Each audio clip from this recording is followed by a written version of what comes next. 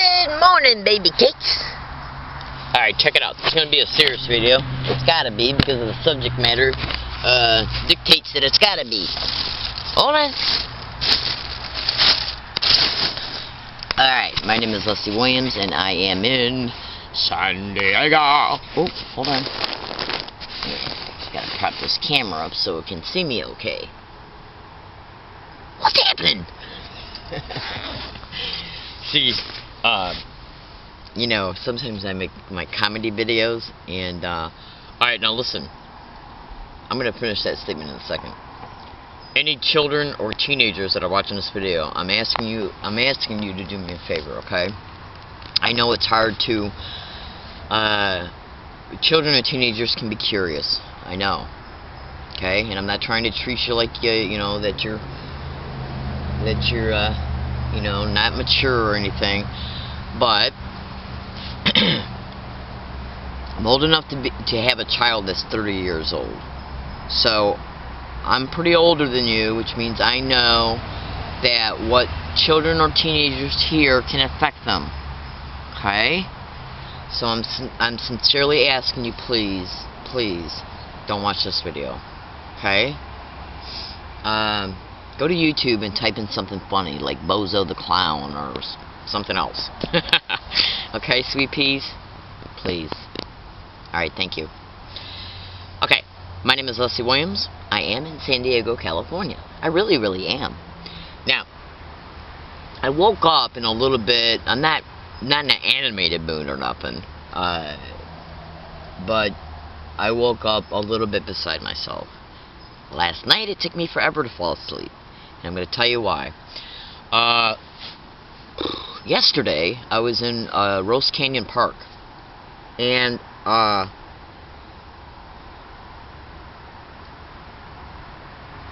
stumbled across something. And I can't get the picture out of my head as a result of what I stumbled across. I had to call the police and everything. Now, I'm acting a little bit, I don't know. I think it's just my way of dealing with it, you know? And as soon as I tell you what I saw, you know, I think you'll understand. I just woke up. Alright, I'm gonna get serious.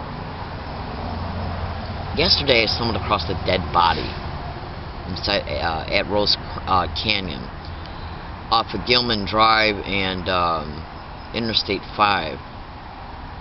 Just off of Colony Drive, I think is the name of the road. And it was, I'm not going to get descriptive about what I saw, because I know there's probably children and teenagers who didn't turn off this YouTube video.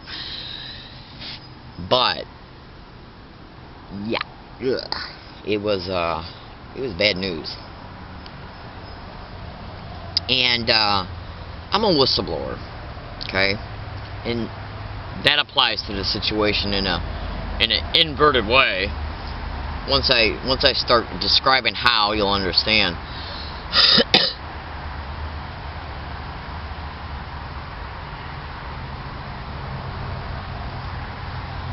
I'm a target, victim, and activist concerning the criminal expeditions of what is known as organized stalking.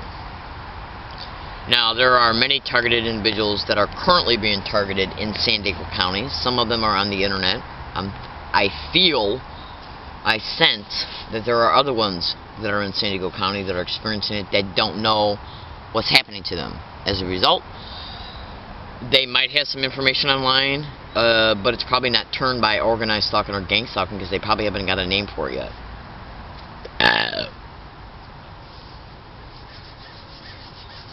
And there's past targets of this crime pertaining to how they used to live in San Diego and were being targeted. Now, I don't believe that my case is unique because I have read what's happening to a few, or at least two other organized stalking, gang stalking current targets that are in San Diego. One's got a lawsuit going mentioning the San Diego police. Well, actually, one's mentioning the San Diego police, and the other one's mentioning Oceanside Police Department, I think along with the California Highway Patrol.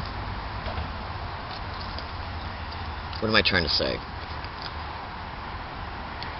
I'm a whistleblower at the, I guess now, the federal, state, and local level. And I'm going to be honest with you. You know, if any police officers are watching this video, the only thing I ask is if you're uncorrupt and if you're not attached to these crimes, the only thing I ask is that you watch this entire video before you form an opinion about me, because I am aware that there's a lot of police bashing and that some bad apples in a barrel can affect the whole entire barrel.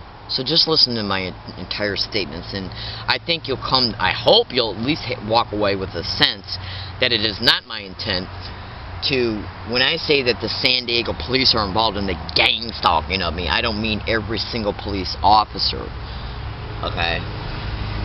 Even though there is a manifesto on the internet written by a manager of gang stalking who says that even entire police departments have been taken over. But I believe in being fair. I don't know how many police officers there are on the force, and I've only met about, I'd say,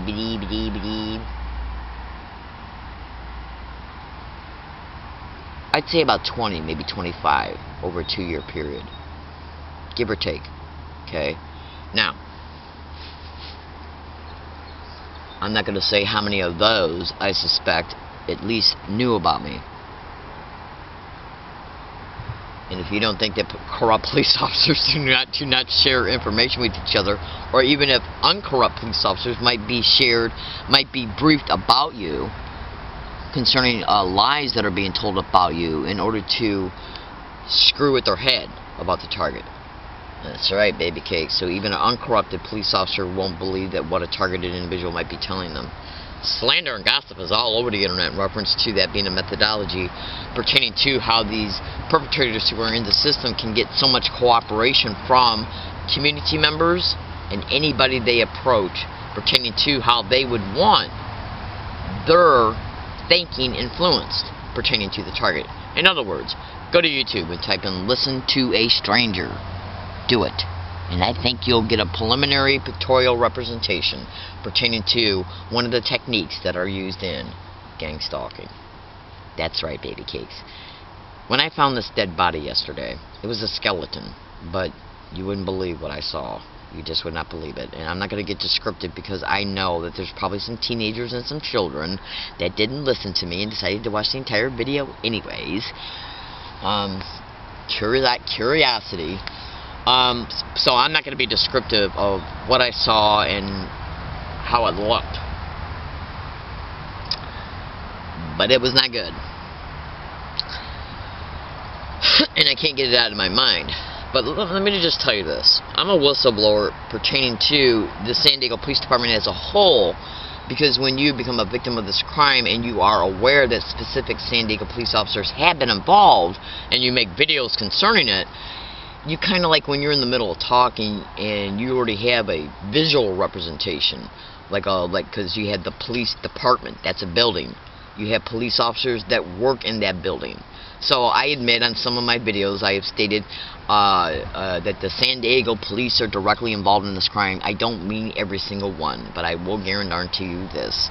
There's a high probability that if I went to any San Diego police department, I'd not only be gang stalked there, but there's a great possibility that even the uncorrupted San Diego police officers, if there are any, would be told to do specific things around me, towards me, because they probably don't even know what gang stalking is, and they're being lied to about me, because this is literally how gang stalking operates.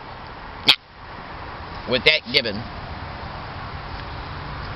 when I found this body yesterday, I'll get back to why I was making those statements in a second. When I found this body yesterday, I freaked. I didn't touch anything. It was a body that was outside of a tent. Okay? And I was like, alright, when I saw it. And so I just backtracked and got the hell out of there. And I went and got my bike that was locked up and walked directly to the trail. And the very first thing I did was put the kickstand down on my bike in order to be able to get out my phone and call the San Diego police. Now, they were pretty timely in responding to it. I'm not going to make any statements pertaining to anything that I possibly witnessed by any of them, because I can't prove it. okay? But I will say this. How would you feel about leading... Let's see, how many were there? Let me just count really fast. First, let me light up my cigarette, because I just woke up.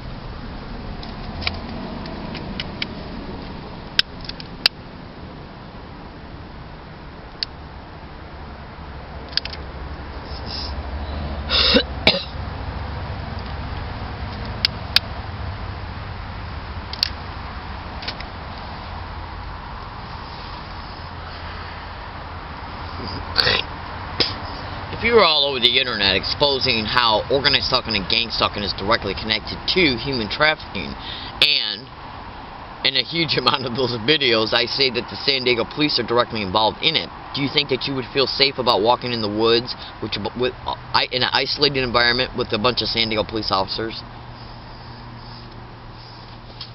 What you got to understand here is I just got done walking out of the woods from seeing a dead body.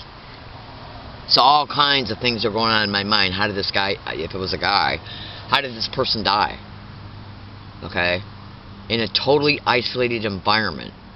Back inside the woods. Alone. So I just got done witnessing a dead body. While I call the San Diego police, they come out, and then I take them back into the woods, an isolated environment. Now, they ended up telling me that it appeared that that body had been there probably at least since July of 2013. Because they found some expired... They found some, alright, well, you see this right here? This is a container of food. They said they found a container of food that had an expiration date on it July 2013. So they're guesstimating that that may be how long he's been dead. If it's a he. If I say he, I don't know why I'm doing that. I guess because it's more easy to picture in your mind that it might be a guy hiking and it ended up dead than a woman. I don't know why. I can't explain it. Anyway, so the person that was found dead by me, as soon as I saw it and got done staring at it because I was in shock, I turned around, walked out of the woods, got on the trail, and called the San Diego police immediately. And I did that because, well, for one, I didn't want any children to stumble across it. And for two, I just thought to myself, this has got to be something that's got to be reported. I had a slight thought of just leaving, but then I thought to myself, well, I don't think that's a good idea. So anyways, I called the San Diego police, and they even congratulated me on calling them. So did the 911 dispatch. But I will tell you this, though. Think about this, rationally in your mind. You just got done witnessing a dead body in an isolated area in the back of the woods, and you got to call the police department that you're whistleblowing against. How safe do you think you'd feel? How safe do you think you'd feel taking those San Diego police officers back into the woods? And this is what I'm talking about. The effects of the traumas of gang stalking. And then I started getting angry. I thought to myself, there's no reason at all in a normal, healthy, I'm normal, but what I'm trying to say is that there's no reason at all that I should have had to experience that abnormal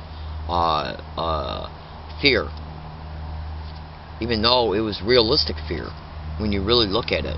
Because you have no idea what even just a regular asshole would do if you're exposing them. Okay? But when you got police officers that you're exposing, and you know how police stick together, okay? I'm going to tell you something right now. Certain universities, police departments, things like institutions, like charities, let me just put it to you this way.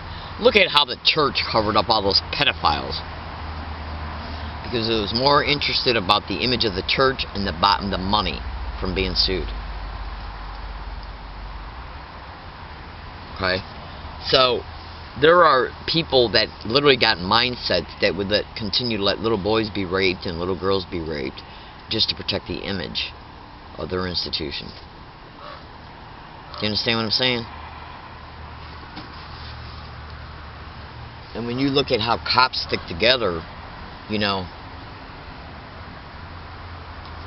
I guess what I'm trying to share to you is that as a result of me doing the right thing yesterday, I ended up possibly, to be totally honest with you, possibly, it can be conceivable, putting myself in harm's way. And I didn't even realize it until after I called them, so there was nothing I could do.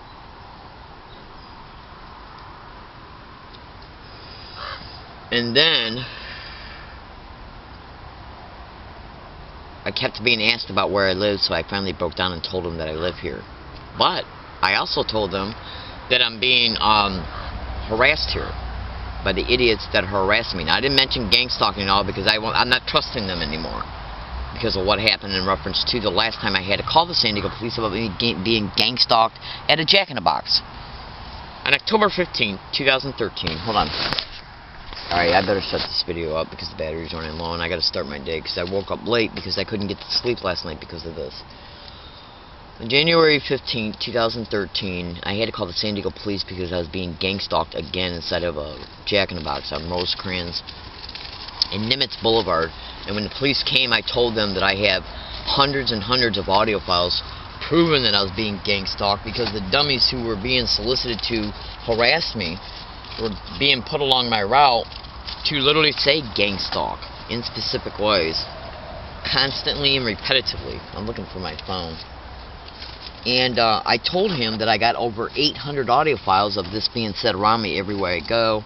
There was 2 of them, and I told them that this is their way, in part, to let me know I'm being gang stalked and to remind me about it, which is a huge method of gang stalking. You can go to Google and type in sensitization methods of gang stalking. You can also call it organized stalking or gang stalking, and how they repeat words and phrases around targets, and you'll see I'm telling you the truth. And I'm about ready to prove it to you as long as the battery don't run out in this video before I do. So I told these San Diego police officers that every time I went into the Jack in the Box, it was being said around me, including by management and employees. That's right. Google businesses and gang stalking. And they wouldn't believe me. Okay? Even though I offered to take these 800 audio files to their police department and show it to their boss. Then they switched the subject. Then they tried to imply that I might be mentally ill and asked me if I wanted for them to call a psychologist to the scene. Okay? Now, this event you're about ready to hear right now, okay, occurred on the sidewalk 43 days later in La Jolla, 20 miles away from where this Jack in the Box is located at. Do you hear these guys say gang stalk, gang stalking, and gang and stalking? I'm going to F you up. You be the judge.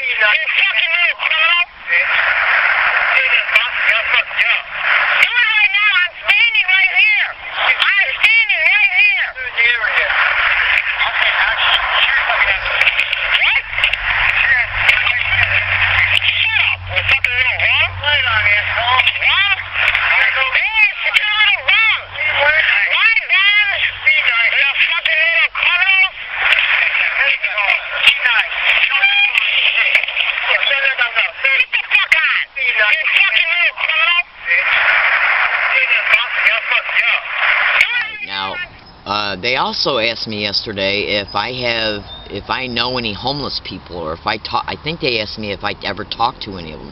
I told them no, that I mind my own business everywhere I go. Say a command. Hold on.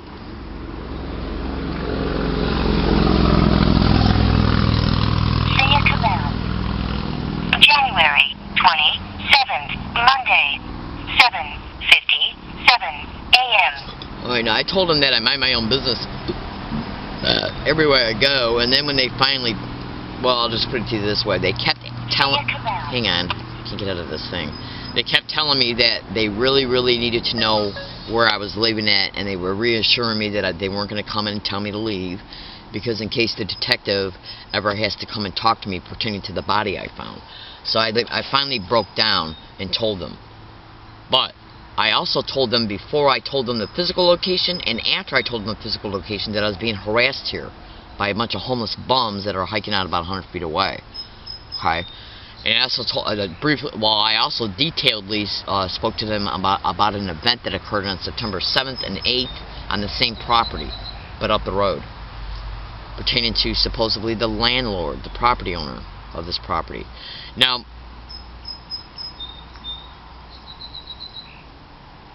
I can't really make any more statements pertaining to, I'm sad, to be totally honest with you, I'm sad. Because I thought to myself, as I was talking to these police officers, I was noticing that they're humans. They're not just subject matters about me whistleblowing about the police department. They're human beings.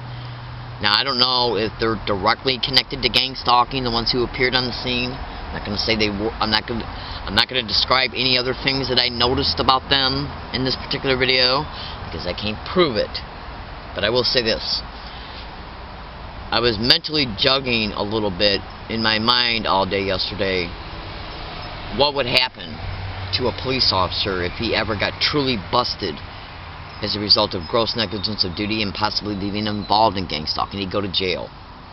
I can't afford to have these kinds of thinkings. I can't afford to feel guilty about me exposing any San Diego police officer or department pertaining to me being gang stalked and them protecting it or being involved in it, or gross negligence of duty. And I'm going to tell you why.